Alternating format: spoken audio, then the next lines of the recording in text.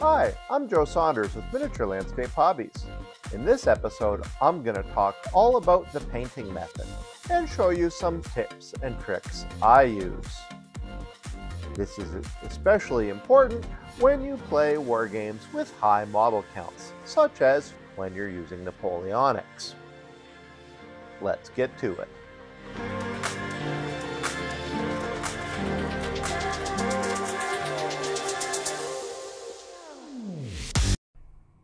Miniature Landscape Hobbies is proudly supported by these sponsors. Let's face it, every miniature gamer's dream is to get his or her models right out of the box, assemble them, and paint them to get them into the game as fast as possible. Of course, in reality, this isn't usually possible. The actual time from production to getting a model onto the table can be weeks. The secret to dealing with this isn't really specifically just putting your head down and working hard. It has to do with the process.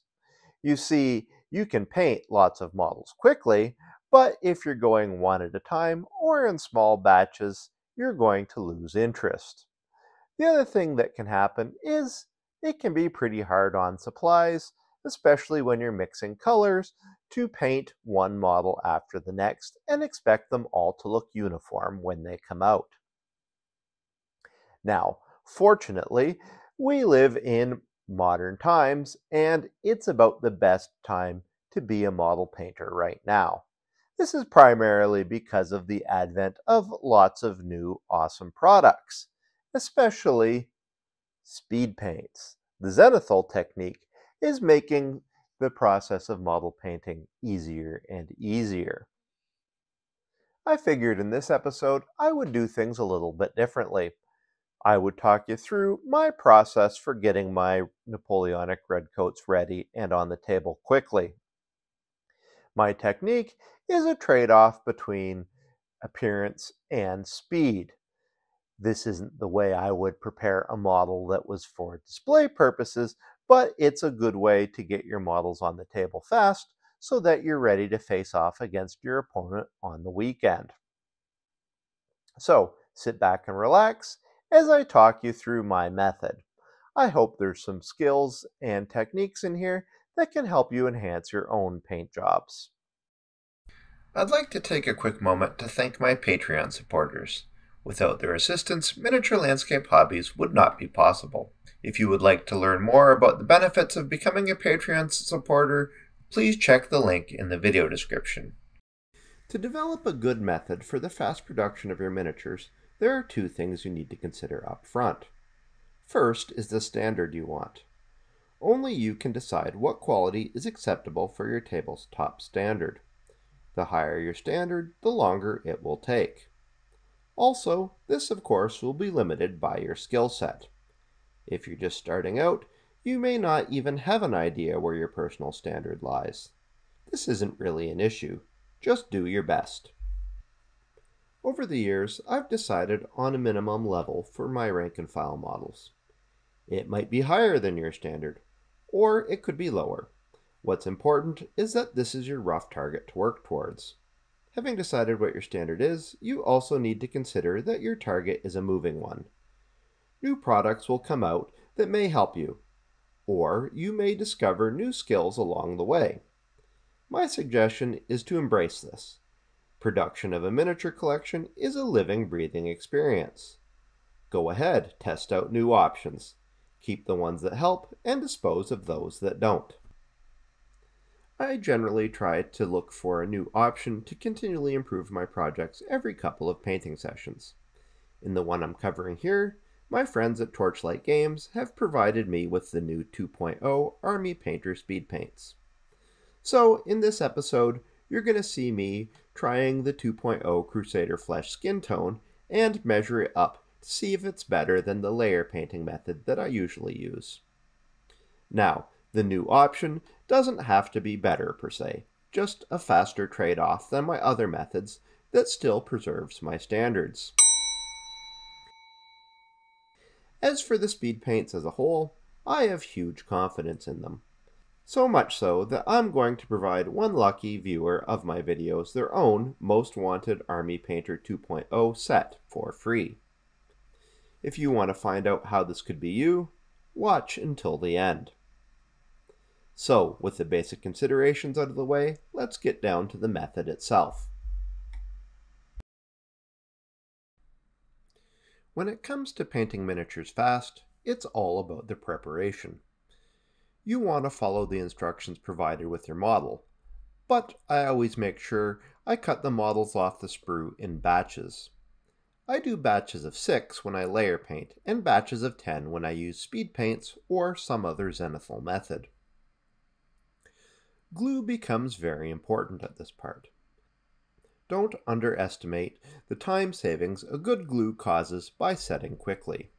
For plastic glues, I pretty much only use Tamiya Extra Thin. It's just better than the other options. Now I also glue the model to its base and its base to a nail. This allows for a convenient handle that costs practically nothing. Use super glue for this, or any other metal parts. Again, get good quality glue, and for super glue, always use an accelerant. If you don't use super glue accelerant now, just get some. You can thank me later. An advantage of using a nail as a base is also that you can poke it into a box or work surface to keep your model upright for priming, which is of course the next step. For priming, I use a cheap plastic-safe black spray paint. Just spray down the models and let them dry for a couple of hours. Do not, however, spray any plastics until you've tested your paint on a piece of sprue. Certain propellants can react with different plastics and melt them.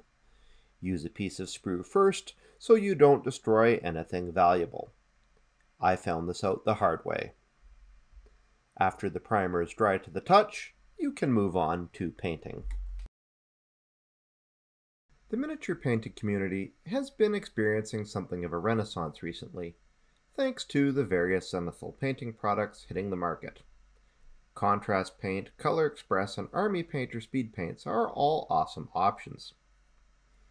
I usually proceed with an approach sometimes called slap chop, but you can call it whatever. For this reason, I use a black primer coat to build depth, but you could use gray or even straight white to start, I suppose. After the primer's dry, I start by loading an airbrush with light gray, and I give each model in the batch a light dusting focusing from top down. Any area that's lighter, like the gray pants on these red coats, also gets a heavier spray. I use an airbrush because it's quick. You could of course use a heavy gray dry brush though. After this is dried, it's time to push the contrast. So I dry brush each model white, picking out only the higher areas. Now the magic can happen. Using speed paints, I begin blocking the areas in by brush. I use a brush with a good point, but with larger bristles, to help hold paint. As a rule, you usually want to work from the largest area to the smallest, leaving metallics for the end. For the red, I used Slaughter Red and thinned it slightly. Despite this, I feel the darker speed paints sometimes need a boost. So in this case, I just added a little flat flesh to the red and applied a fast highlight by brush here and there. At this point, I came to my experimental step, using Crusader Flesh. I had not really used speed paint skin tones yet, and this was going to be a trial. I brushed it on and waited for it to dry. And what I saw, well, I didn't really like. I went back with light flesh to add a couple of highlights in hopes of enhancing the effect. It looked okay. More on this later though. The rest of the painting steps are easy, again thanks to the zenithal method. I applied runic gray to the pants and crossbelts, hardened leather to the rifle stocks, and so forth.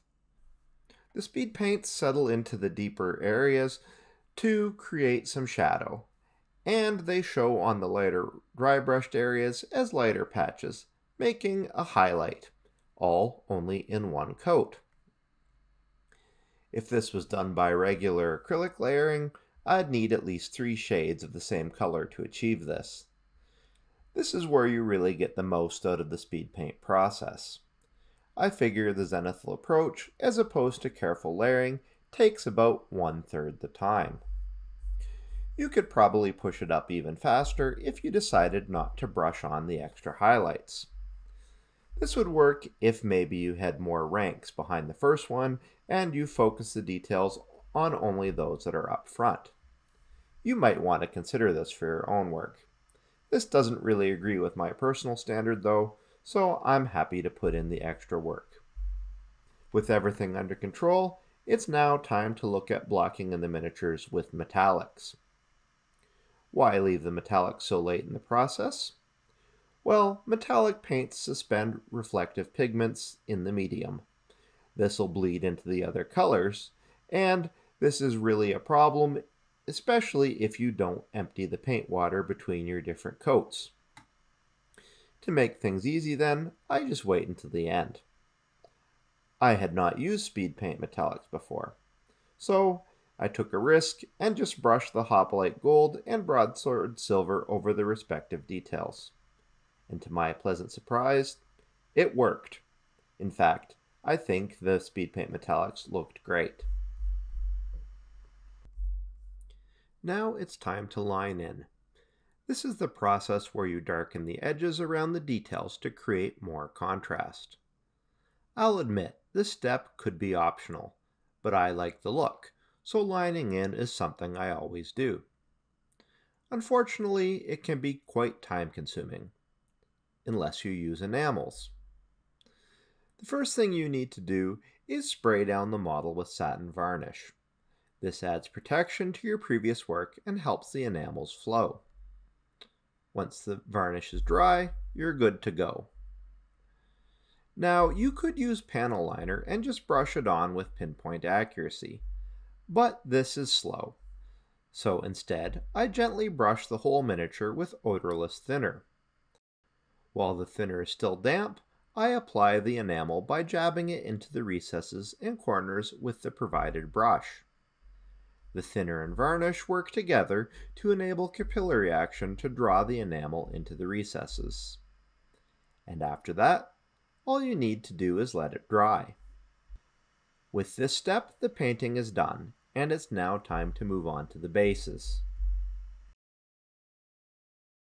Basing can be a real time sink for preparing models, and a lot of people new to the hobby get hung up on this step. After 30 years of trying various approaches to solve this, the basing method which I find works best is called the rubbing alcohol method.